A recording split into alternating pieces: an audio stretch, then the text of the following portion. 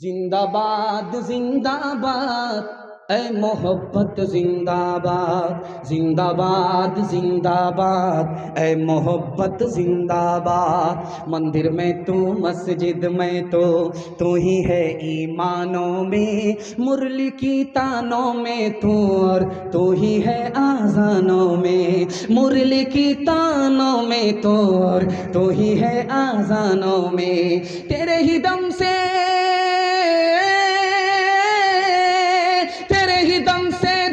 धर्म की दुनिया है आबाद। जिंदाबाद जिंदाबाद ऐ मोहब्बत जिंदाबाद। ताजे हुकूमत जिसका मजहब फिर उसका ईमान कहाँ, जिसके दिल में प्यार न हो वो पत्थर है इंसान कहाँ, जिसके दिल में प्यार न हो वो पत्थर है इंसान कहाँ। प्यार के दुश्मन होश में प्यार के दुश्मन होश में आ तो जाएगा बर्बाद। जिंदाबाद जिंदाबाद ऐ मोहब्बत जिंदाबाद। माशाल्लाह स्कूल में कॉलेज में पढ़ाओ इन्हें, लेकिन आसार ज़माना भी दिखाओ इन्हें, लेकिन आसार ज़माना भी दिखाओ इन्हें, लेकिन बच्चों को अपने दीन से हरगिज़ न हटाओ। हर घर में कोई हाफिज कुरान बनाओ, हर घर में कोई हाफिज कुरान बनाओ। कुरान का पढ़ना तुम्हें जन्नत दिलाएगा, दुनिया की मुसीबत से सदा ये बचाएगा।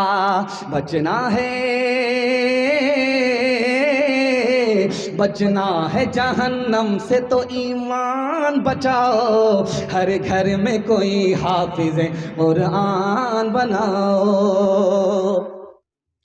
सुबह जब होगी तो आपका एक बच्चा स्कूल की तरफ जाएगा, सुबह जब होगी तो एक बच्चा आपका मदरसे की तरफ जाएगा। तो जो बच्चा मदरसे की तरफ गया है, अभी मदरसा पहुंचा नहीं है, उसके लिए चूंटी भी दुआ करती है और मछली भी दुआ करती है। मुल्ला अली कारी रहमतुल्लाह अलैह लिखते हैं कि चूंटी सबसे छोटी मखलूक है, मछली दरिया के अंदर रहने वाली बड़ी छोटी मखलूक है। चूंटी हराम मखलूक है, उसको खा नहीं सकते। मछली हलाल मखलूक है, उसको खाया जाता है। और जो मछली मखलूक है खाने वाली वो दरिया के अंदर है, जो चूंटी हराम मखलूक है उसको खा नहीं सकते, वो दरिया से बाहर है। मतलब साफ है कि आपका बच्चा इधर मदरसे की तरफ गया, हर छोटी बड़ी मखलूक उसके लिए दुआ कर रही है, हराम हलाल दोनों मखलूक दुआ कर रही है। जो दरिया के अंदर है, जो दरिया से बाहर है, दोनों दुआ कर रही है। सोपोल का बच्चा सोपोल से निकला लंदन पढ़ने के लिए, बाप ने भेजा। तो जब जा रहा था तो नाना मामू चच्चा सबको पहचान रहा था। जब पढ़ करके आया कोट पतलून में तो बाप से ही कहता तुम कौन हो। उसका बाप बड़ा सियाना था, कहा हमको नहीं पहचाने, तुम्हारी माँ का भतार है, तुम्हारी माँ हमारी जोरू। हाथ जोड़ करके एक पैगाम आपकी खिदमत में दे करके जा रहा हूं। उम्मीद करता हूं कि आप बेदारी के माहौल में सुन रहे हैं, आपके बच्चे का मुस्तकबिल रोशन होगा। आप डॉक्टर बाद में बनाइए, पहले अपने बच्चे को दीन की तालीम से मुसलमान बनाइए। आज से 40 साल 50 साल पहले दो चीज की हिफाजत होती थी घर के अंदर, दो चीज की हिफाजत घर के अंदर होती थी। एक थी दौलत, उसकी हिफाजत भी घर के अंदर होती थी, और दूसरी चीज थी औरत, औरत की भी हिफाजत घर के अंदर होती थी। 40 साल गुजरने के बाद जमाना बदल गया। जो दौलत घर के अंदर थी वो घर से निकल करके बैंक में पहुंच गई, जो औरत घर के अंदर थी वो घर से निकल करके बाजार में पहुंच गई। न ईमान सलामत है, न आबरू की हिफाजत है। दूसरे नमूने को बहुत ध्यान से सुनिएगा। कुछ औरत को देखिएगा, समाज में बुर्का होता है जिस्म में, और चेहरे पे नकाब होता है। जिंदा रही, बुर्के के साथ रही, नकाब के साथ रही, इंतकाल कर गई तो वसीयत करके जा रही है कि मेरे जनाजे को दफन करना तो रात में दफन करना, ताकि लोगों को पता ना चले कि लंबी थी या नाटी थी या दुबली थी कि पतली थी। नसीहत करके जा रही है। लिखने वाले ने लिखा कि जानते हो ये बुर्का जो जिस्म के ऊपर है, चेहरे पर जो नकाब है, इस्लाम की जबान में इसको क्या कहा जाता है? सत्तारुल उयूब। सत्तारुल उयूब का मतलब है अगर ये औरत बुर्के के साथ दुनिया में जिंदा रही तो अल्लाह कदम कदम पर उसके ऐब को छुपाएगा। अगर ये औरत उसी हाल में मर गई तो अल्लाह इस पर्दे की वजह से, बुर्के की वजह से उसके एक एक गुनाह को माफ कर देगा। पाकिस्तान के एक आलिम थे, उनका नाम था अल्लामा शब्बीर अहमद उस्मानी। उन्होंने कहा कि आपको पता है दुनिया की जन्नत कहां है? दुनिया की जन्नत। तो लोगों ने कहा कि हजरत बताइए दुनिया की जन्नत कहां है? कहा कि दुनिया की जन्नत को अगर देखना चाहते हो, जैसा सुकून जन्नत में वैसा सुकून इस दुनिया की जन्नत में, जानते हो कहां है? तो मैं बता रहा हूं, जिस घर में बीवी एक हो, शौहर नेक हो, वो दुनिया की जन्नत है। उसमें ऐसा सुकून मिलता है जो जन्नत में मिला करता है। एक आदमी अल्लाह के यहां कयामत में जब जाएगा तो अल्लाह फरिश्ते से पूछेगा इसके नामे अमाल को चेक करो, नेकी है? तो फरिश्ते इधर से उल्टा करके देखेंगे, उधर से उल्टा करके देखेंगे, हाथ जोड़ करके फरिश्ते कहेंगे मालिक एक भी नेकी नहीं, गुनाह से नामे अमाल भरा हुआ। तो फरिश्ते कहेंगे अब इसके लिए क्या किया जाए? इसको जन्नत से निकाला जाए, जहन्नम में दाखिल किया जाए, या जन्नत और दोज़ख दोनों से अलग कर दिया जाए? मालिक इसके लिए क्या किया जाए? तो खुदा की तरफ से ऐलान होगा इसको जन्नत में दाखिल करो। चाहे नेकी नहीं है लेकिन एक काम ये करता था, अपनी बीवी पर मेहरबान था, करम करता था, सितम नहीं करता था। अपने बच्चे पर मेहरबान था, करम करता था, सितम नहीं करता था। खैर, अल्लाह हमारे सुनाने को, आपके सुनने को बेहद कबूल फरमाए। कुरान के हवाले से पैगाम ज़हमत तमाम। जलसे में, मदरसे में, मस्जिद में, गांव में जलसा होता था, मगर एक आदमी जलसा सुनता नहीं था। उससे किसी ने पूछा कि बस्ती में जब भी जलसा होता है तुम जलसा क्यों नहीं सुनते? कहा मैं रोज अपनी बीवी की गाली सुनता हूं, हमको क्या जरूरत है जलसा सुनने की। चौथा पैगाम कुरान के हवाले से आपकी खिदमत में रखता हूं और दुआ करता हूं अल्लाह जमीन की पस्ती से कुरान की बरकत हम सबको उठाए और इज्जत की बुलंदी हम सबको अता फरमाए।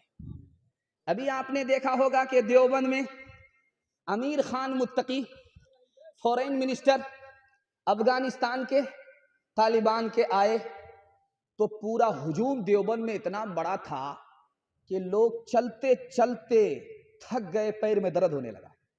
देवबंद इतना बड़ा है कि कोई अगर पैदल चलना चाहे तो पैर फूल जाएगा, इतना लंबा चौड़ा है। इस मुल्क के वजीर तालीम थे, उनका नाम था मौलाना अबुल कलाम आज़ाद। दुआ कीजिए अल्लाह उनकी कब्र को नूर से भर दे। वो देवबंद देखने के लिए जब आए तो पैदल घूम रहे थे, इधर घूम रहे थे, इधर मुआयना कर रहे थे, उधर मुआयना कर रहे थे। मुआयना हो रहा है, पैर फूल गया, पैर में दर्द होने लगा, पूरा सर भारी हो गया। उसके बाद हाथ जोड़ करके कहने लगे मैं थक गया हूं, मेरा पैर दर्द कर रहा है, मेरी थकावट का इलाज करो। अब इतना बड़ा आलिम कह रहा है कि मेरी थकावट का इलाज करो, तो लोग समझे नहीं। कहा कि मैं कैसे इलाज करूं?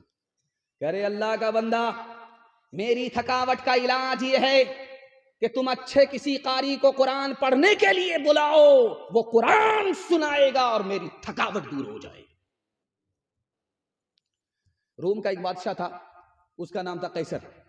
उसके सर में जब दर्द हुआ तो पूरी दुनिया के डॉक्टर को उसने बुलाया, लेकिन उसका दर्द नहीं छूटा। उसने आजिज आकर के हजरत उमर को खत लिखा, हुजूर करें तो क्या करें, मेरे सर का दर्द ही नहीं छूट रहा है। तो हजरत उमर ने एक टोपी भेज करके कहा कि इसको जैसे सर में लगाओगे तुम्हारा दर्द खत्म हो जाएगा। टोपी जैसे ही हजरत उमर की खिदमत से आई, उसने जैसे ही सर पे लगाया, सर का दर्द खत्म हो गया।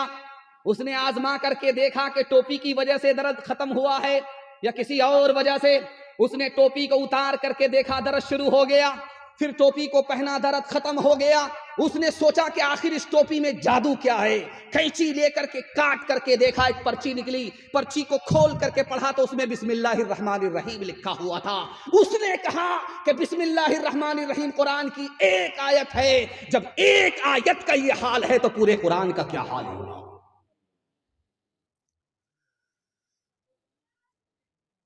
दरभंगा में इमाम साहब नमाज पढ़ा रहे थे, सूरह फातिहा पढ़ने के बाद सूरत भूल गए, पीछे मुक्तदी नमाज पढ़ रहे थे। अब सोचा कि अगर मुक्तदी को पता चल जाएगा तो तनख्वाह भी बंद कर देंगे। अब सूरह फातिहा के बाद बार बार घुमा रहे हैं एक ही आयत को, औज़ुबिल्लाहि मिनश शैतानिर रजीम, औज़ुबिल्लाहि मिनश शैतानिर रजीम, औज़ुबिल्लाहि मिनश शैतानिर रजीम। दरभंगा का मुसलमान समझ गया कि जरूर दाल में काला है, ये बार बार शैतान क्यों आ रहा है। तो पीछे एक मुंहफट मुक्तदी था, नमाज में ही कहा, इमाम साहब समझ में आ रहा है, कसूर शैतान का नहीं है, शैतान का कसूर नहीं है, कसूर आपका अपना है, आपको आगे याद ही नहीं है। जब हम कलाम पाक से वाबिस्ता हो गए, वाबिस्ता हो गए, सब मरहले हयात के आसान हो गए, आसान हो गए। हाथों से अपने दामने कुरान छोड़ के, कुरान छोड़ के जिस समत हम गए हैं परेशान हो गए, परेशान हो गए।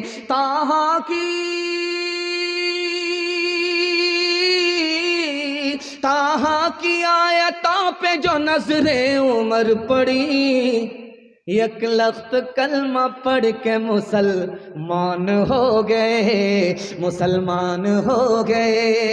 एक लख्त कलमा पढ़ के मुसलमान हो गए। कुरान पर अमल होगा, कुरान की तिलावत करेंगे, हाथ उठा दीजिए इंशाअल्लाह। रमजान के बाद कुरान ताक में हाथ उठा दीजिए इंशाअल्लाह। खैर माशाअल्लाह बाराती में आप लोग आए हैं, दांत पिजा करके आए हैं, लेकिन यहाँ तो हड्डी बोटी कुछ नहीं मिलने वाली है, सिर्फ दुआ मिलेगी। जिंदा रहेंगे तो जिंदगी मिलेगी, मर गए तो कुरान खानी मिलेगी, इसके अलावा कुछ नहीं मिलेगा। पांचवा पैगाम यहाँ से लेकर के वहां तक बेदारी के माहौल में सुनने के लिए तैयार है? जोश के साथ हाथ उठाइए इंशाअल्लाह।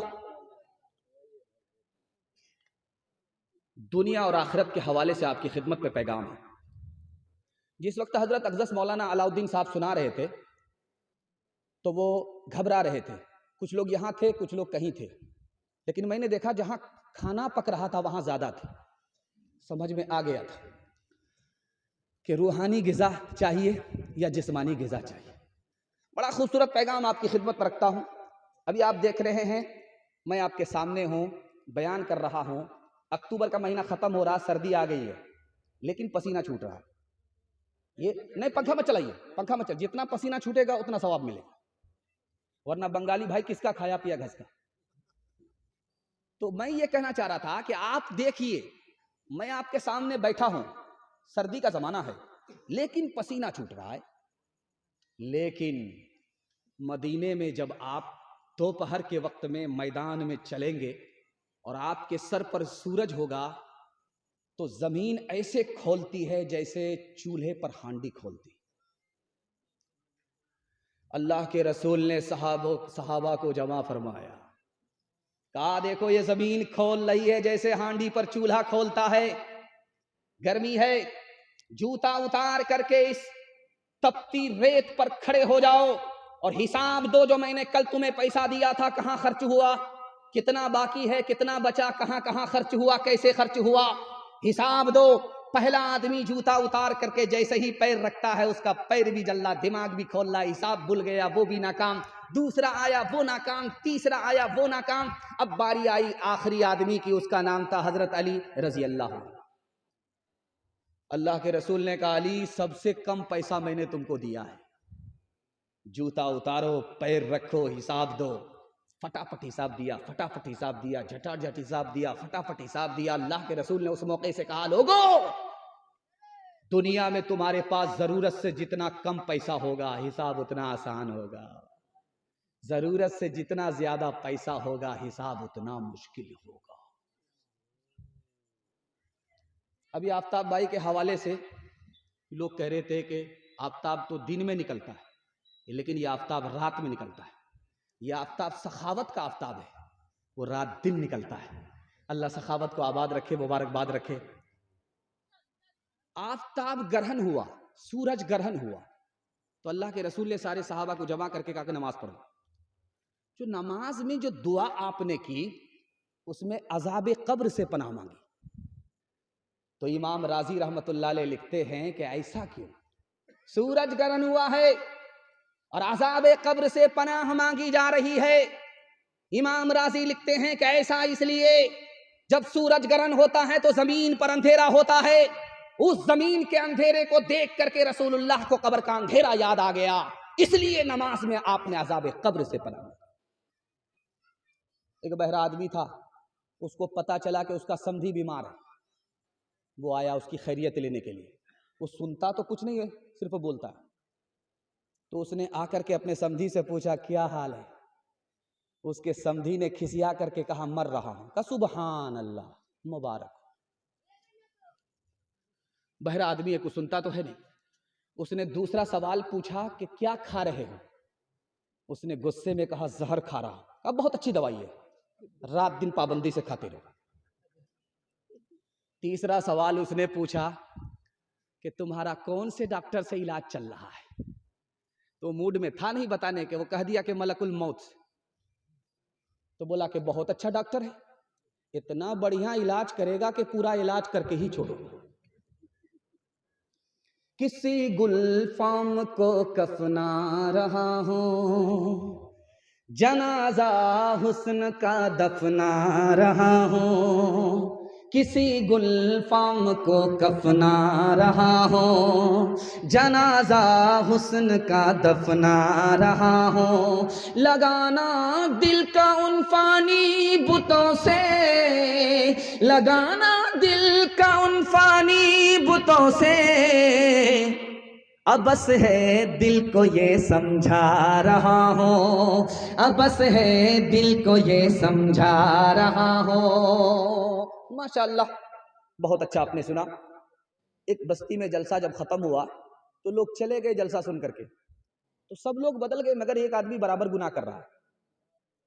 उसको लोगों ने ताना मारा कि जलसा सुन करके क्या फायदा हुआ, सब लोग बदल गए, तुम मगर नहीं बदले, बराबर गुनाह कर रहे हो। तो वो बोलता है कि सब कुछ वहीं माफ हो गया, इसलिए नए सिरे से गुनाह कर रहा। इसलिए इरादा कर लीजिए कि यहां भी बदलना है और मरते दम तक हालत को बदलते रहना है, अपनी इस्लाह करनी है। मौत से पहले इंशाअल्लाह मौत की तैयारी करेंगे। हाथ उठा दीजिए इंशाअल्लाह। 7 खून माफ है। मैं भी आपकी जगह होता, अचानक सवाल होता, मैं भी फंस जाता। घबराना नहीं, दायां बायां साथ आपको देते रहना है। आखिरी पैगाम जो अपने जलसे के हवाले से मैं इसको सबसे बड़ा पैगाम कहता हूं, उसकी आप हिफाजत कर लीजिए। मैं गारंटी देकर के जा रहा हूं, आपके हाथ पर भी पैसा, जेब में भी पैसा, घर में भी पैसा। जरूरत खत्म हो जाएगी, पैसा खत्म नहीं होगा। आपको सिर्फ 2 काम करने हैं, हलाल कमाना है, हिसाब से खर्च करना है। हलाल कमाएंगे, हिसाब से खर्च करेंगे। हाथ उठाइए इंशाअल्लाह। अभी कैसर राणा साहब पढ़ रहे थे, कारी साहब, तो कह रहे थे कि जो इनाम मिलेगा मस्जिद में जाएगा। तो माशाअल्लाह आपने इनाम कम दिया, मस्जिद के नाम पर भी आपने इनाम कम दिया। लेकिन मैं एक बार इम्तिहान आपका और लूंगा, जब जलसा खत्म होने वाला होगा तो मस्जिद के नाम पर आपसे सदका लूंगा। तो सदका देंगे? हाथ उठा दीजिए इंशाअल्लाह। बड़ा खूबसूरत पैगाम आपकी खिदमत पर रखता हूं। एक आदमी मस्जिद का पड़ोसी है, मस्जिद का कोना दबा लिया। किसी आलिम को जब पता चला, कहा कि मायूस मत हो, वो कोना उसके पूरे मकान को खींच लेगा। अभी 6 महीने गुजरे थे तो उस आदमी के घर में हादसा हुआ, उसने पूरा मकान बेच दिया। जिस आदमी ने खरीदा उसने मस्जिद में दाखिल कर दिया। दूसरे नमूने को बहुत ध्यान से सुनिएगा। बूढ़ा बाप लाठी पर बेटी के यहाँ आया, बेटी से कहा कि बेटी तुम मेरे बुढ़ापे का सहारा हो, मेरा तुम्हारे सिवा कोई नहीं है, अपने घर में रहने दो। बेटी ने कहा अभी निकलो, नहीं निकलोगे धक्के मार करके निकाल दूंगी। मोहल्ले के सारे लोग जमा हो गए। उस लड़की से कहा कि तुमको शर्म नहीं आती, तुम्हारा बाप है। कहा कि बाप से तो पूछो कि बाप को शर्म नहीं आती, मैं उसकी बेटी हूं। मेरा बाप इतना बड़ा सूदखोर है, दुनिया से सूद लेता है, लेकिन जब मुझे कर्जे की जरूरत पड़ी, मुसीबत में मैं गिरफ्तार हुई, तो मैंने बाप से कर्जा मांगा, मेरे बाप ने मुझे कर्जा दिया, लेकिन जब वापसी की बारी आई तो मेरे बाप ने मुझसे 1-1 रुपया कर्जे का सूद के साथ वसूल किया है। जब ये बाप मुझे नहीं पहचानता तो मैं भी इसको नहीं पहचानता।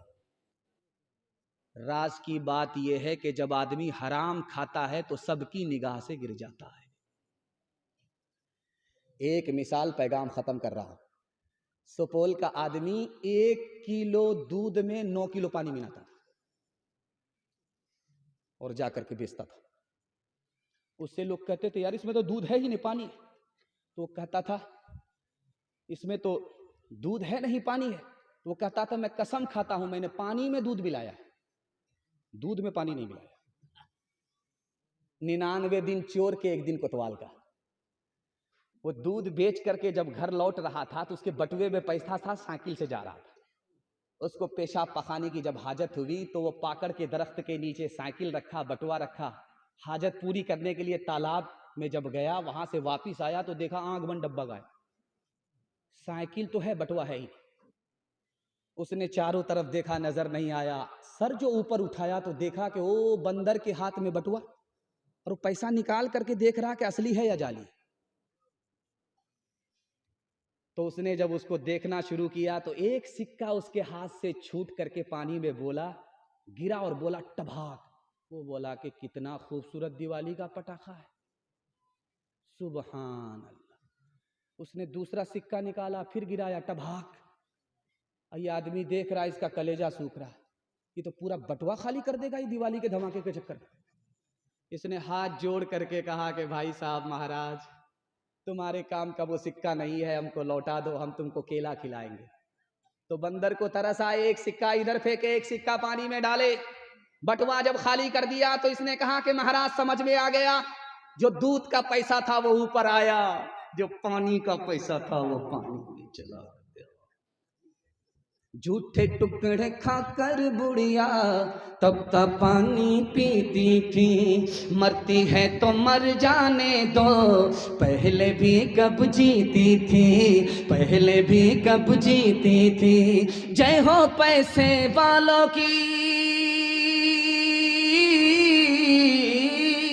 जय हो पैसे वालों की, गेहूं के दलालों की, इनका हद से बढ़ा मुनाफे, कुछ ही कम है डाके से, कुछ ही कम है डाके से। बरसों राम धड़ाके से, बुढ़िया मर गई फाके से। कल युग में भी मरती है, सतयुग में भी मरती थी, ये बुढ़िया इस दुनिया में सदा ही फाके करती थी। जीना उसको रास न था, जीना उसको रास न था, पैसा उसके पास न था, उसके घर को देख के लक्ष्मी मुड़ जाती थी ना कैसे, मुड़ जाती थी ना कैसे। बरसों राम धड़ाके से, बुढ़िया मर गई फाके से। हाथ उठाइए, वादा कीजिए हलाल कमाएंगे, हिसाब से खर्च करेंगे इंशाअल्लाह। फ्री में अगर शादी में मिला तो छोड़ेंगे नहीं, हाथ उठा दीजिए इंशाअल्लाह। खैर माशाअल्लाह, इसमें मैंने देख रहा नीयत के कितने पक्के हैं, सब नजर आ रहा है।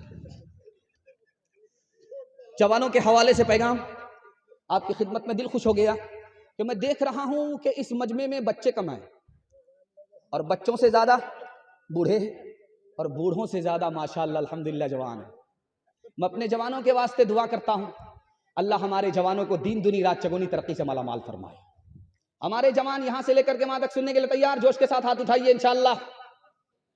रात में किसी वक्त में आप उठ करके देखिए और जमीन पर टॉर्च मारिए।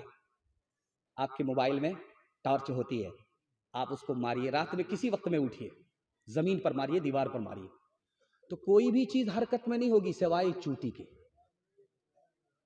चूटी के सिवा हर चीज सुकून में है, सो रही है, मगर चूटी हरकत में है, सो नहीं रही। सुलेमान अलैहिस्सलाम ने जवानों से कहा कि जवानों जानते हो रात में उठ करके देखो चूंटी हरकत में है, दिन में देखो चूंटी हरकत में है, दीवार पर देखो चूंटी हरकत में है, जमीन पर देखो चूंटी हरकत में है। जानते हो क्या करती है ये?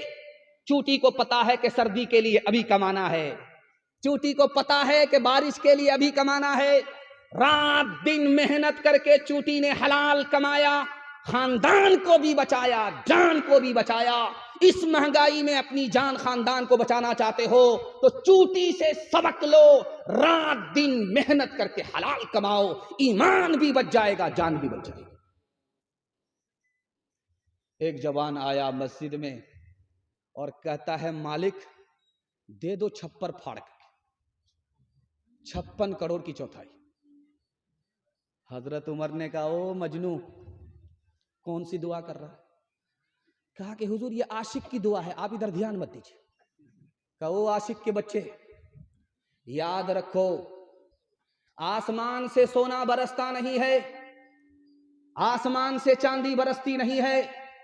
जरूर मस्जिद में दुआ करो, लेकिन दुआ के बाद मस्जिद में मत रुको, मेहनत के लिए मस्जिद से बाहर निकल जाओ।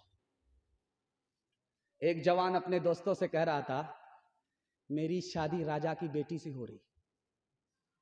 उसके दोस्तों ने कहा, कहां राजा भोज, कहां गंगवा तेली, तुम्हारी शादी राजा की बेटी से कैसे हो रही? कहा, मेरी तरफ से कबूल है, उसकी तरफ से बाकी। हाथ उठाइए, वादा कीजिए, हलाल कमाएंगे, हिसाब से खर्च करेंगे, फ्री में शादी करेंगे अल्लाह पर भरोसा करके। हाथ उठाइए इंशाअल्लाह। अपनी और अपने बेटे की शादी फ्री में करेंगे, हाथ उठा दीजिए इंशाअल्लाह। अच्छा माशाअल्लाह, कुछ लोग हाथ उठाए, वो दूसरी और तीसरी के चक्कर में उनकी बीवी ने चैनल के जरिए से देख लिया हाथ को, तो जहर खिला करके ऐसा मारेगी कि सीधे कयामत में उठेंगे। हाल न पूछे दर्द न बांटे इस जंगल के लोग, अपना अपना सुख है सबका, अपना अपना सुख। कोई नहीं जो हाथ बढ़ा कर, कोई नहीं जो हाथ बढ़ा कर गिरतों को ले थाम। बाहर से चुप चुप लगता है, अंदर है कोहराम। बाहर से चुप चुप लगता है, अंदर है कोहराम। आपको ये मिसरा मिसदाक के बगैर समझ में नहीं आएगा। मैं मिसदाक को ले आता हूं तो आपको मिसरा ज्यादा समझ में आएगा। कल बारात जाने वाली है, लड़का लड़की को फोन कर रहा है कि तुम्हारे बाप ने 4 चक्का का वादा किया था, 4 चक्का खरीदा है कि नहीं, 4 चक्का खरीदा है कि नहीं। तो लड़की ने उसको तसल्ली दिया, अरे आप परेशान क्यों होते, शादी तो होने दीजिए, पीछे से दे देगा। मतलब उधार है, पीछे से दे देगा। अब उधार का नाम सुन करके उसका दिमाग ऐसा खराब हुआ कि तलवे का खून उसके दिमाग पर आया और वो खिसिया करके कहता है कि तुम्हारे बाप की औकात है 4 चक्का देने की। तो जैसा लड़का वैसी लड़की। लड़की ने कहा कि मेरे बाप की तो औकात है हवाई जहाज देने की, तुम बताओ कि तुम्हारे बाप की औकात है एयरपोर्ट बनाने की। हलवाई की दुकान नाना जी का फातिहा। दीवारों के इस जंगल में भटक रहे इंसान, अपने अपने उलझे दामन झटक रहे इंसान। अपनी बीती छोड़ के आए, अपनी बीती छोड़ के आए, कौन किसी के काम। बाहर से चुप चुप लगता है, अंदर है कोहराम। बाहर से चुप चुप लगता है, अंदर है कोहराम। इतना डूब करके आपने सुना है कि महसूस होता है कि मैं आपको 2 घंटे भी सुनाता रहूं तो आपकी प्यास बाकी रहेगी, बुझेगी नहीं। और इतना गौर से आपने हमको देखा है कि मुझे डर लगता है कि कहीं आपकी नजर न लग जाए, लेकिन मैं भी चालाक आदमी हूं, दम करके बैठा हूं। लगाइए कितनी नजर लगाते हैं आप। जवानों के हवाले से पैगाम और जहमत तमाम हमारे जवान दारू के हवाले से। अभी देख रहा था कि जब 4 चक्का से लोग आ रहे थे तो पुलिस वाले रोक करके कहते थे कि रोकिए, तो कागज नहीं देख रहे थे, डिग्गी देखते थे, डिग्गी में क्या है। कहीं वोट में दारू के बदले सौदा तो नहीं किया है? मतलब दारू को चेक किया, सिर्फ डिक्की को चेक किया और कुछ नहीं, कागज को चेक नहीं किया। बस दारू के हवाले से 3 मिनट का पैगाम अपने जवानों के नाम देता हूं और हाथ जोड़ करके आपसे कहता हूं, आप सिर्फ दारू से बच जाइए, आपके खानदान को अल्लाह बचा ले। अगर आप नहीं बचे, आप तो तबाह होंगे, आपका खानदान भी तबाह हो जाएगा। इसको सामने रखिए। इतना बड़ा मजमा है जलसे का, कौन आदमी कैसा है 1 मिनट में अगर जानना चाहते हैं तो थर्मामीटर दे रहा हूं। इसमें कौन अच्छा आदमी है आपको देखना है, 1 लाइन में पता चल जाएगा। इसमें कौन बुरा आदमी है आपको 1 मिनट में पता चल जाएगा। मैं कसौटी दे रहा हूं, आप तजर्बा करके देखिए। जिस आदमी को देखना इस मजमे में अच्छा है या बुरा है, उसके दोस्त को देखिए। अगर उसका दोस्त नमाजी है, समझ जाइए ठीक ठाक आदमी है। अगर उसका दोस्त शराबी है, पियक्कड़ है, तो समझ जाइए कि ये ऊपर से फीट फाट है, नीचे से मकामा घाट है। एक सहाबी आए, कहा या रसूल अल्लाह, मुझे पता चला है कि शराब हराम हो गई है। कहा बिल्कुल सही है, शराब हराम। कहा या रसूल अल्लाह, मैं ये शराब किसी को वापस कर सकता हूं, जिससे खरीदा हूं उसको वापस कर सकता हूं? कहा बिल्कुल नहीं। कहा या रसूल अल्लाह, मुसलमान के लिए शराब हराम है, गैर मुस्लिम के लिए हलाल है, गैर मुस्लिम को दे सकता हूं? कहा बिल्कुल नहीं। कहा या रसूल अल्लाह, मैं क्या करूं, मेरा तो पैसा डूब जाएगा, यतीमों का पैसा है, दारू खरीदा है तिजारत के लिए, करूं तो क्या करूं? अल्लाह के रसूल ने फरमाया, चाहे यतीम के पैसे से खरीदे हो, फिर भी किसी को दे नहीं सकते, किसी को दिला नहीं सकते, किसी से कीमत ले नहीं सकते। गरीब का पैसा है, यतीम का पैसा है, मैं अपनी जेब से भर दूंगा, लेकिन तुमको इजाजत नहीं दे सकता कि पियो और पिलाओ। आखिरी बात आपकी खिदमत पर रखता हूं। आपने मुझे इतना टाइम दे दिया है कि शायरों को बिल्कुल मुख्तसर वक्त मिला, और अगर वो लंबा करने के लिए जा रहे थे तो आप भी लंबा हो रहे थे। अल्लाह आपकी इस मोहब्बत को सलामत रखे। जलसा चल रहा था, मुकर्रिर ने एक मसला बताया, हाथ जोड़ करके कहा कि दारू छोड़ दो, अल्लाह अपने हाथ से जन्नत में पिलाएगा। सुभान अल्लाह। दारू अगर नहीं छोड़ोगे, जन्नत में चले भी गए तो सब कुछ मिलेगा, दारू नहीं मिलेगी। एक आदमी बोला, बगल में शायर था, वो बोला कि यह बात गलत है, जो दारू वहां हराम नहीं है, यहां हराम क्यों है? उसने एक मिसरा कहा, जाहिद अगर है ये मसला तो फिर मुझको इसमें कलाम है, वो मैं जो खुल्द बरी में रवा, मैं कदे में क्यों वो हराम है। दूसरा शायर था, बूढ़ा था, 100 चोट सोनार की, 1 चोट लोहार की उसने मारी। क्या जवाब दिया कि उसका एतराज खत्म हो गया और उसको तसल्ली हो गई। उस मिसरे को सुनाता हूं और अपने जवान की आंख से पट्टी हटा रहा हूं। दुआ करता हूं अल्लाह हमारे जवानों को शराब से, कबाब से, जुआ से, जिना से कदम कदम पर अल्लाह मामून और महफूज फरमाए।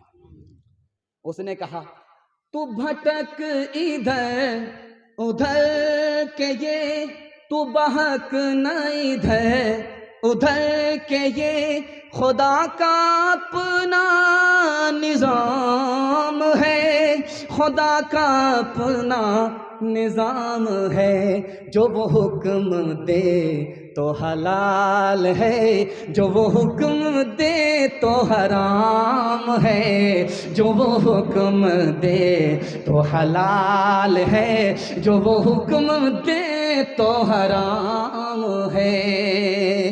नफ्स के ताबे हुए ईमान रुखसत हो गया, वो ज़नाने में घुसे मेहमान रुखसत हो गया। मैं उन्होंने पी अब उनके पास क्यों कर दिल लगे, मैं उन्होंने पी अब उनके पास क्यों कर दिल लगे, मैं उन्होंने पी अब उनके पास क्यों कर दिल लगे, जानवर एक रह गया, इंसान रुखसत हो गया, जानवर एक रह गया, इंसान रुखसत हो गया। मर्दों के हवाले से आखिरी पैगाम, ज़हमत तमाम। मैं जब मेहमान खाने में आया तो कारी कैसर साहब ने कहा कि मुफ्ती साहब ये पैगाम आना चाहिए, वो पैगाम आना चाहिए। मैं समझ गया कि ये बीमारी हर जगह है, जहाँ भी मुसलमान वहाँ ये बीमारी, कि हमारे घर का झगड़ा घर में हल होता ही नहीं है, सीधा अदालत में चला जाता है, और मारवाड़ियों का झगड़ा घर में हल हो जाता है, अदालत जाता ही नहीं है। हमारे घर में अगर कोई ऊपर जाए उसकी टांग खींच करके नीचे लाते हैं, बेटा इतनी जल्दी ऊपर जाने की जरूरत नहीं, बराबर बैठो। और मारवाड़ियों में कोई नीचे गया तो सब लोग मिल करके उसको संभालते हैं, इसलिए वो तरक्की का आसमान छू रहे हैं और हम जिल्लत की पस्ती में जा रहे हैं। दुआ करता हूं अल्लाह हमारे घर में, घर घर में, मस्जिद में, मसलक में इत्तिहाद और इत्तिफाक का मज़ाहिरा फरमाए। यहां से लेकर के वहां तक सुनने के लिए तैयार, जोश के साथ हाथ उठाइए इंशाअल्लाह। अलीगढ़ 1875 में बनाया सर सैयद अहमद खान साहब ने। दुआ कीजिए अल्लाह उनकी कब्र को नूर से भर दे। सर सैयद अहमद खान साहब जब अलीगढ़ यूनिवर्सिटी बना रहे थे तो कुछ लोग उसके खिलाफ कुफ्र का फतवा ले रहे थे। सर सैयद अहमद खान साहब को लोग काफिर बता रहे थे, लेकिन सर सैयद अहमद साहब के ज़र्फ पर आप कुर्बान जाइए, उन्होंने मलामत करने वाले की कोई परवाह नहीं। बिल्कुल हाथी पास हो चुका, सिर्फ दुम फंसी है, एक झटका लगेगा पास हो जाएगी इंशाअल्लाह। सर सैयद अहमद खान साहब ने कहा, गोरखपुर के एक आलिम थे, उनका नाम था मौलवी अली बख्श। सर सैयद अहमद खान साहब के खिलाफ कुफ्र का फतवा लेने के लिए कहां चले गए? सीधा मक्का चले गए। जब सर सैयद अहमद खान साहब को पता चला कि कोई मुझको काफिर बनाने के लिए मक्का गया है, तो उन्होंने कितना खूबसूरत तबसरा किया, वो आपकी खिदमत में रखता हूं। अल्लाह ज़र्फ दे तो ऐसा ज़र्फ दे, इत्तिहाद दे, मोहब्बत दे तो ऐसी मोहब्बत, ऐसा इत्तिहाद दे।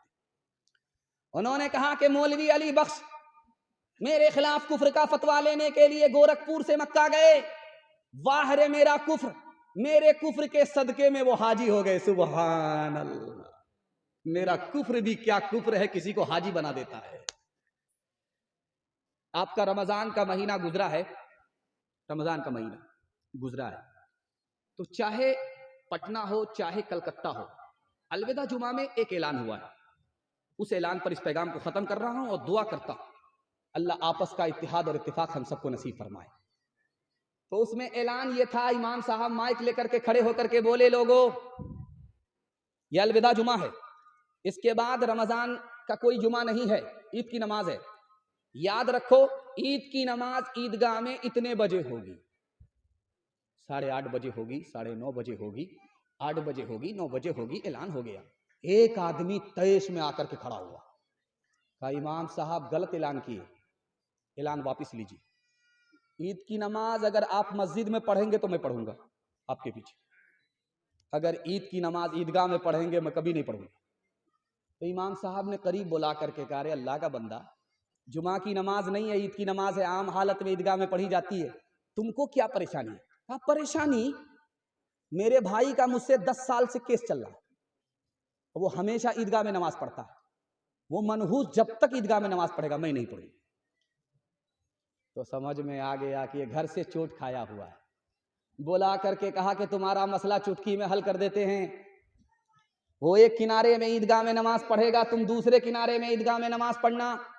जब नमाज खत्म हो जाएगी तो वो अलग रास्ते से चला जाएगा, तुम अलग रास्ते से चले जाओगे। फिर भी खफा होकर के कहता कि आप एक किनारे की बात करते हैं, अगर मुझे पता चल गया कि मेरा भाई जन्नत में गया है तो मैं जन्नत में भी नहीं जाऊं। हाथ उठाइए, वादा कीजिए, मोहब्बत से जिएंगे, मोहब्बत से मरेंगे। 3 दिन इख्तलाफ रहेगा, उसके बाद इख्तलाफ खत्म हो जाएगा। हाथ उठाइए इंशाअल्लाह। दामाद बेटी का झगड़ा, दामाद सीधा जेल, हाथ उठा दीजिए इंशाअल्लाह। नबी की औलाद में बेटी भी बेटा भी, लेकिन बेटा अल्लाह को प्यारा हो गया, इंतकाल कर गया, बेटी बाकी रही। इसका राज क्या है? यह आखिरी सवाल है, यहां से लेकर के वहां तक सुनने के लिए तैयार? जोश के साथ हाथ उठाइए इंशाअल्लाह। दुनिया में आदमी 3 काम करते हैं रात दिन, लेकिन वो मुकम्मल होते ही नहीं है। मुकम्मल कहां होंगे ये आपको बताने के लिए जा रहा हूं। सीरत के हवाले से आप सुनने के लिए बैठे हैं, सुना रहा हूं। आदमी खाता है, भूख मिटती नहीं है। रात में खाया, भूख सुबह को लग रही है, सुबह को खा लिया, दोपहर में भूख लग रही है, भूख मिटती नहीं है। कहां मिटेगी बता रहा हूं, जब मरने के बाद कयामत में खुदा के दस्तरखान पर खुदा का बंदा पहुंचेगा, लुकमा हलक के नीचे उतरेगा, दुनिया की भूख मिट जाएगी। दूसरा नमूना आपकी खिदमत में रखता हूं कि आदमी सोता है, नींद पूरी होती नहीं। ये नींद कहां पूरी होगी? जमीन के ऊपर नहीं होगी। जब आप जमीन के नीचे जाएंगे, कब्र में पहुंचेंगे, वो अधूरी नींद जो जमीन के ऊपर अधूरी रही, कब्र में पूरी हो जाएगी। तीसरी चीज अल्लाह आपके इल्म में इजाफा फरमाए, प्यास कहां बुझेगी? तो लिखने वाले ने लिखा, प्यासा इंसान दुनिया में पीता रहता है, प्यास बुझती नहीं है, लेकिन मरने के बाद हौज़े कौसर पर पहुंचेगा, नबी के हाथ से जाम मिलेगा, हलक के नीचे उतरेगा, जन्नत में जाने तक प्यास बुझ जाएगी। हर इंसान के 3 वतन है। पहला वतन जहां वो पैदा हुआ, दूसरा वतन रूहानी, जहां मरने के बाद ईमान रहा तो जन्नत में पहुंचेगा, तीसरा वतन ईमानी। कहां है, किस जगह है, बता रहा हूं सीरत के हवाले से। जहां से हर मुसलमान को ईमान नसीब हुआ वो नबी का मदीना है, हमारा ईमानी वतन है। अल्लाह बार बार उसकी जियारत नसीब फरमाए। नबी की औलाद में बेटी भी बेटा भी, लेकिन बेटी जिंदा रही, बेटा इंतकाल कर गया। राज क्या है बता रहा हूं, उस पर पैगाम को खत्म कर रहा हूं, सवाल को खत्म कर रहा हूं। बेटा अगर जिंदा होता तो नबी बनता, अगर बेटा नबी बनता तो बाप आखिरी नबी नहीं होते, इसलिए बेटा इंतकाल कर गया। अगर बेटा जिंदा होता, नबी नहीं बनता, तो लोग ताना मारते कि बाप को जो मकाम मिला वो बेटे को नसीब तक नहीं हुआ।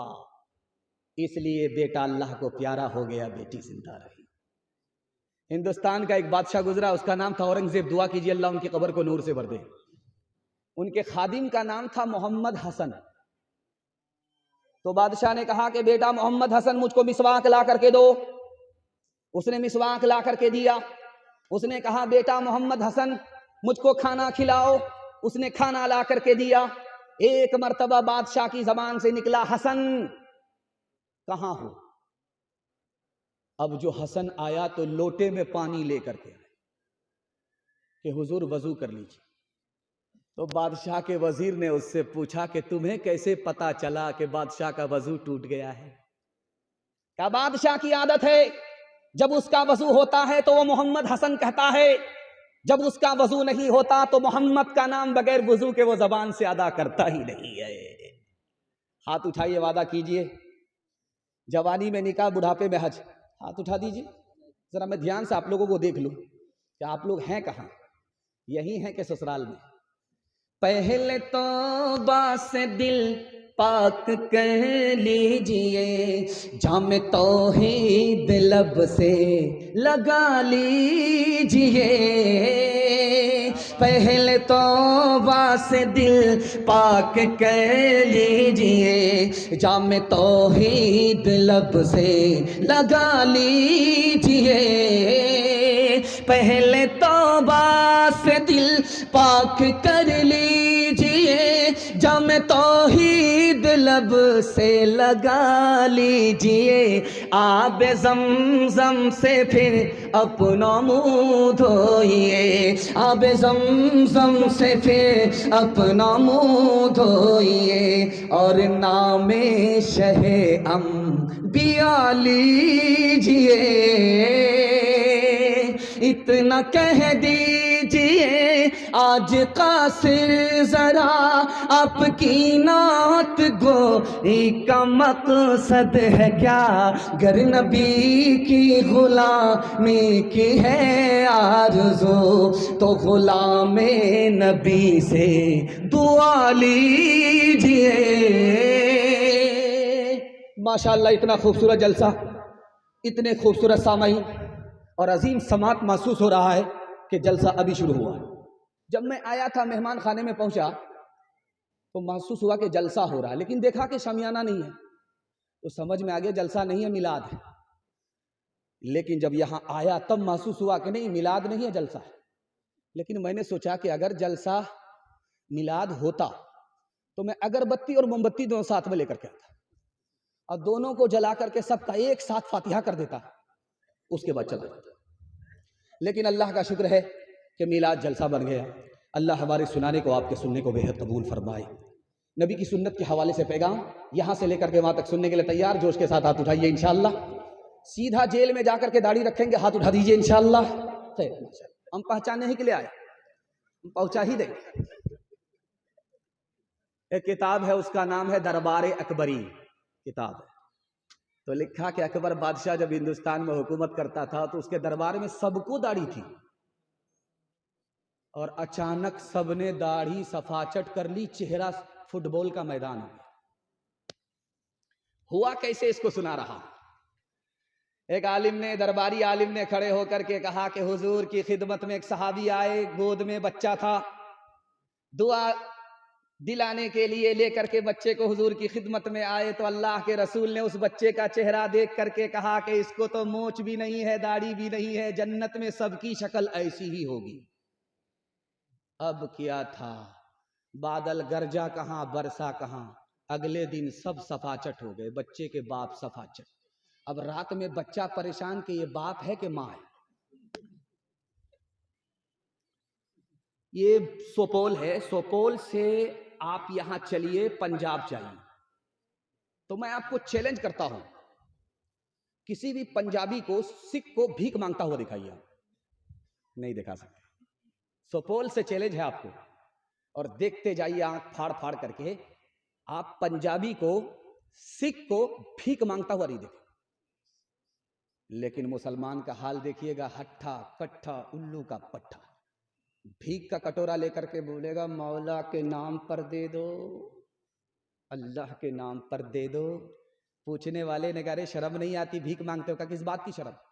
मेरा बाप नेशनल फकीर, मेरा दादा इंटरनेशनल फकीर। दूसरा नमूना आपकी खिदमत पर रखता हूं, ध्यान से सुनिएगा। ये सुपौल से लेकर के पंजाब तक देखिए, सिख और सरदार को, सिख को, पंजाबी को, कि छोटी बड़ी दाढ़ी जरूर होगी, पगड़ी सर पे जरूर होगी। अब ये दाढ़ी किसकी सुन्नत है? नबी की सुन्नत है। ये पगड़ी किसकी सुन्नत है? नबी की सुन्नत है। जिंदा कौन कर रहा है? सिख और पंजाबी कर रहा है। आज दुनिया जानती है कि जो इज्जत सरदार को मिली है, सिख और पंजाबी को मिली है, मुसलमान को नहीं। एक नबी की सुन्नत को चेहरे पर सजाया, एक नबी की सुन्नत को सर का ताज बनाया। दुनिया पंजाबी नहीं कहती है, सरदार कहती है। आखिरी नमूना आपकी खिदमत में, एक मिसाल से पैगाम को खत्म कर रहा हूं। एक आदमी मुसलमान होकर के 2 लाख रुपए का कुत्ता खरीदा, मुसलमान, और उसको गोद में बैठा करके ऐसे पाल रहा है जैसे लोग बच्चे को पालते। तो उसको किसी आलिम ने कहा, अरे शर्म नहीं आती, नबी ने मना किया, कुत्ते को घर में पालोगे रहमत के फरिश्ते नहीं आए। तो उस आदमी ने कहा, इसीलिए तो पाल रहा, जब फरिश्ता आएगा नहीं, मेरी रूह निकालेगा नहीं, मैं जिंदा ही रहूंगा, मरूंगा ही नहीं। सुभान अल्लाह। कह रहे अल्लाह का बंदा, कुत्ता भी तो मरता है, जो कुत्ते की रूह निकालता है वही तुम्हारी रूह निकालेगा। जो लोग मोहम्मद के वफादार नहीं हैं, अल्लाह की रहमत के वो हकदार नहीं हैं।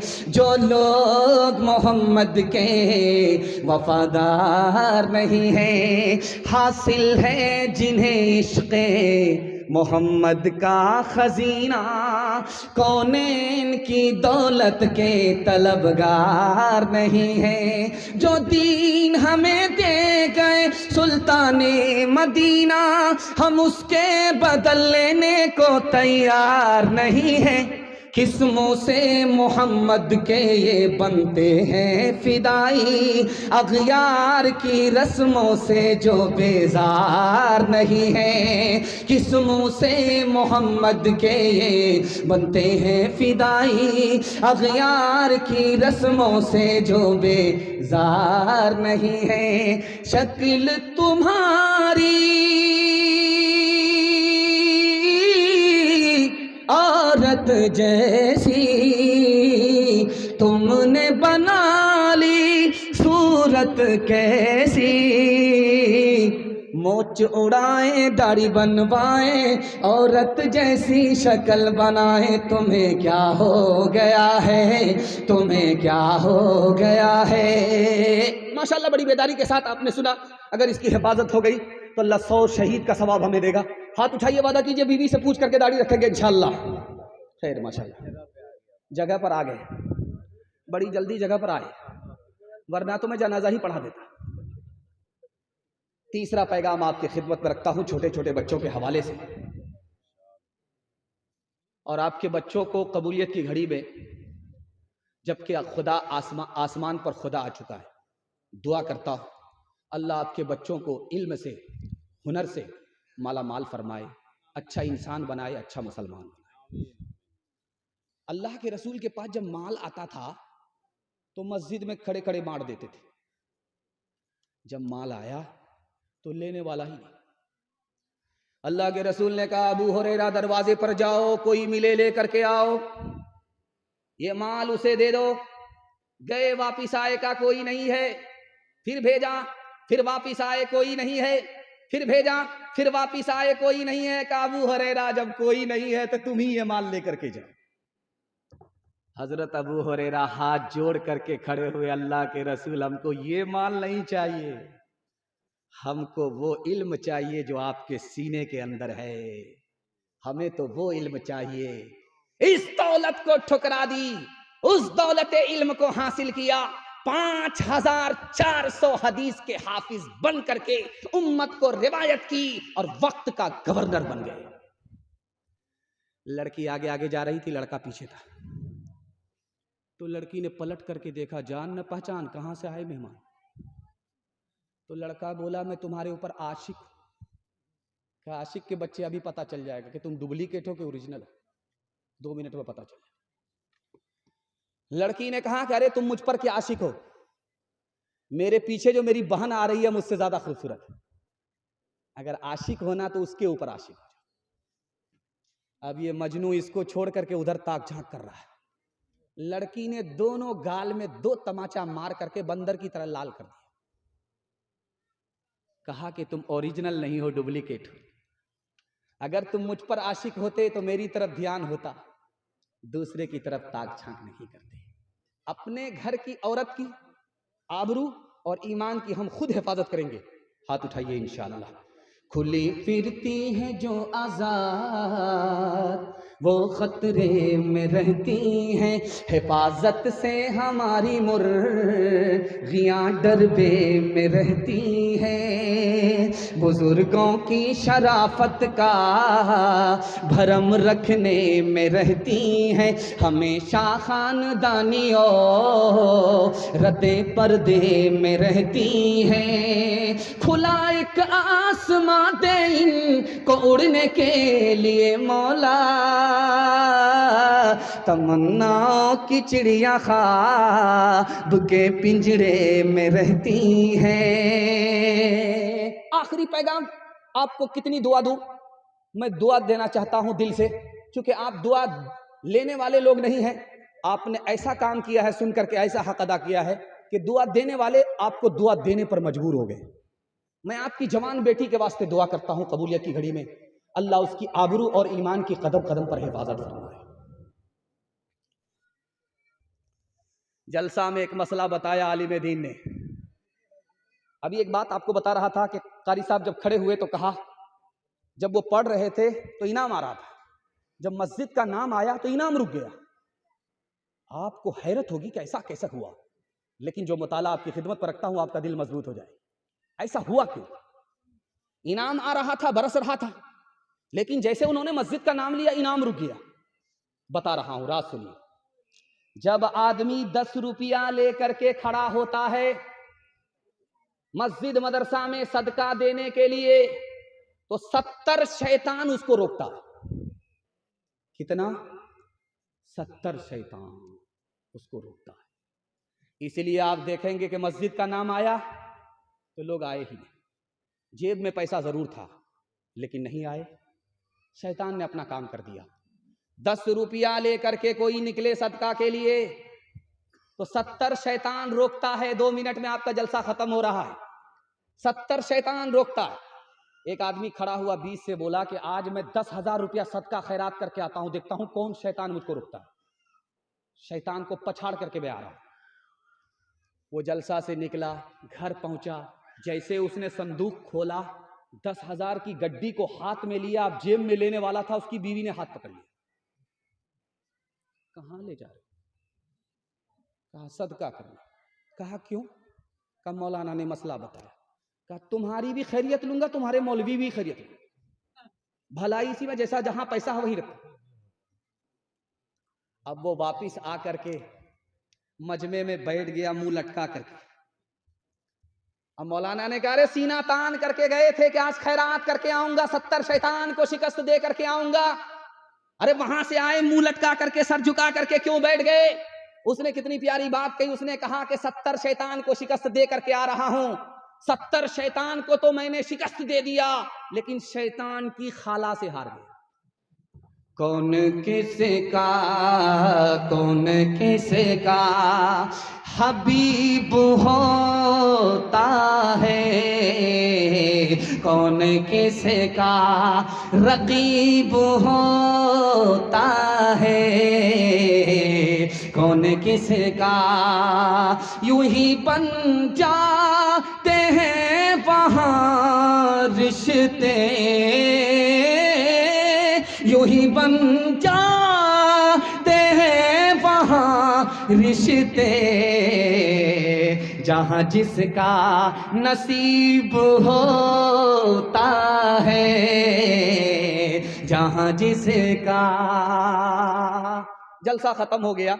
मेरी आदत है जब मैं मजमे से खुश होता हूं तो अपनी तरफ से फाव दे करके जाता हूं।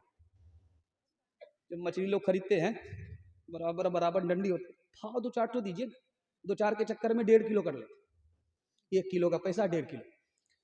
वो फाव दे करके मैं आपकी खिदमत से रुखसत होना चाहता हूं। आप लोग सुनने के लिए तैयार हैं? माँ बाप की खिदमत करेंगे? माँ बाप मर गए, दुआई मगफिरत करेंगे? हाथ उठाइए इंशाअल्लाह।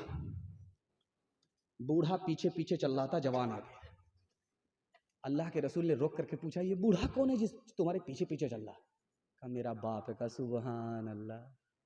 अगर ये तुम्हारा बाप है तो बाप से आगे मत चलना, अगर ये तुम्हारा बाप है तो बाप से पहले मत बैठना, अगर ये तुम्हारा बाप है बीमारी और बुढ़ापे की वजह से कपड़े में पेशाब कर दे, उसके कपड़े को इस तरह धोना जैसे बचपन में मोहब्बत से तुम्हारे पेशाब को धोया है। बेटा नाफरमान हुआ, दोजख में पहुंच गया। उसके माँ बाप अपने माँ बाप के नाफरमान हुए, वो दोजख में पहुंच गए। आखिरी मिसाल पैगाम खत्म कर रहा हूं। तो दोजख में बेटा भी जल रहा है, माँ बाप को देख रहा है, माँ बाप भी जल रहे हैं, बेटे को देख रहे। तो बेटा खुदा से कहता है मालिक मैं आग में जल रहा हूं, मुझे इसकी कोई परवाह नहीं है, लेकिन मेरे माँ बाप आग में जल रहे हैं, मैं बहुत शर्मिंदा हूं। मेरे खुदा मेरे माँ बाप को मेरे माँ बाप के गुनाह को मेरे सर पर डाल दो, मेरे माँ बाप को जहन्नम से निकाल दो, जन्नत में दाखिल कर दो, माँ बाप के गुनाह की सजा मुझको दो। तो खुदा कहेगा लो भाई सुबहान अल्लाह, ये तो माँ बाप का दुनिया में बहुत बड़ा नाफरमान था और आखिरत में ये अपने माँ बाप का तरफदार बन करके माँ बाप को दोज़ख से निकालना चाहता है। खुदा बोलेगा कि तुम्हारी अदा मुझको पसंद आई, चलो तुम अपने माँ बाप के हाथ को पकड़ो, माँ बाप के साथ जन्नत में चले जाओ। माँ बाप के खैर खा को मैं दोज़ख में नहीं रखा करता। हाथ उठाइए, वादा कीजिए माँ बाप की खिदमत होगी इंशाअल्लाह। बीवी जब मर जाएगी तब खिदमत होगी इंशाअल्लाह। शादी से पहले माँ बाप को, शादी के बाद सास ससुर को कमा करके खिलाएंगे इंशाअल्लाह। वो थे महरूम,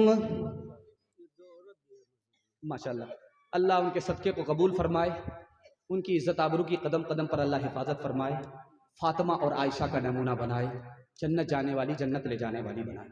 वो थे महरूम मगर तुझको पढ़ाया भी है, हो पसीना तेरी खातिर तो बहाया भी है, हो पसीना सर उठा कर जो तू रहता है आज शाह में, सर उठा कर के जो रहता है तू शाह में, ये तेरे बाप का सदका है, इस काबिल बनाया है, ये तेरे बाप का। एक बार आपके माँ बाप के लिए मैं दुआ करता हूँ और माँ बाप की खिदमत के लिए आपके लिए दुआ करता हूँ। आपके माँ बाप को आपकी दुआ की बरकत से अल्लाह जन्नतुल फिरदौस में जगह अता फरमाए।